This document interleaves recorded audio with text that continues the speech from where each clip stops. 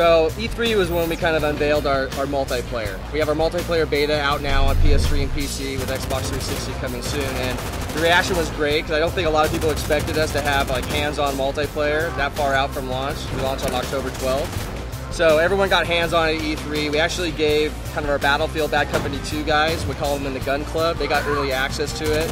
So we're treating those guys as kind of our loyal consumers. And everyone's been loving it online. I put 24 hours into it. I got my 24-hour badge.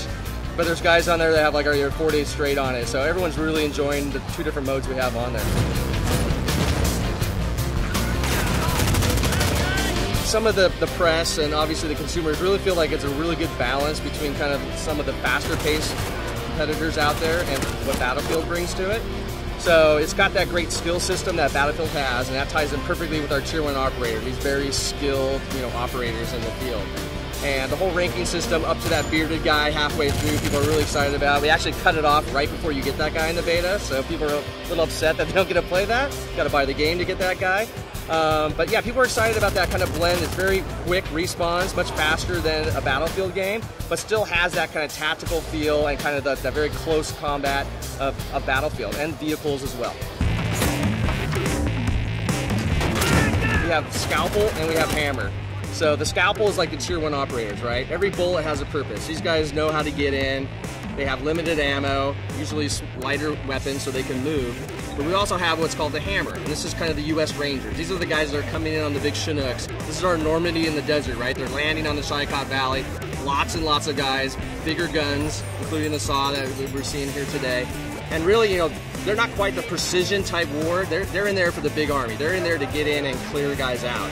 But they can't exist without the Tier 1 operators. So we've heard loud and clear from our operators that says they have a lot of respect for the US Army Rangers, because these are the guys that come get them when they've been compromised. And the Rangers have a lot of respect for the Tier 1 guys, because if the Tier 1 guys weren't in there, they would get into situations where the enemy was all around them.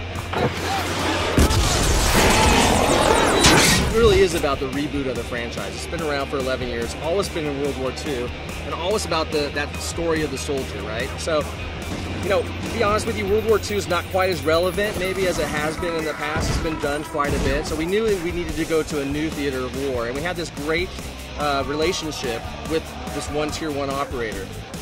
So he was able to come in very early. We told him about this story. This early days of Afghanistan takes place in 2002 in Afghanistan, in the Shikot Valley. This guy was there, so he was the perfect guy to have on board. And by getting his trust over probably about a year of just showing him like how we're going to design it, he really brought in these other operators. And you might ask, like, why do these guys want their stories told? They're very quiet. You never hear about them. They're not on the news ever.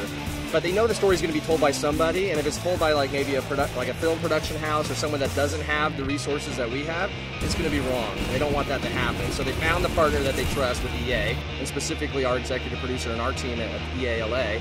And that gives us a resource that really allows us to tell a unique story that hasn't been told before.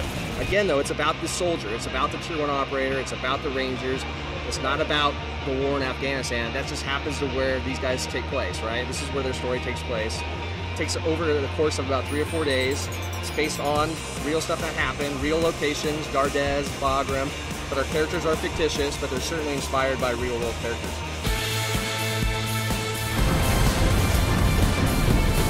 We just announced our limited edition. It's really important to understand that this is the same price as the standard edition. So we're not charging anybody more for the content. We have great content in there, including the MP7 weapon, which we've worked with our Tier 1 consultant guys, and we're like, okay, what weapon do you guys really favor when you go out in the field? And certainly was the MP7 is one of their favorites. And then also we have early access to shotguns. So the MP7 is a unique weapon. You can't rank up to it. A lot of other collector's editions give you early access to stuff, but if you play long enough, you'll get it.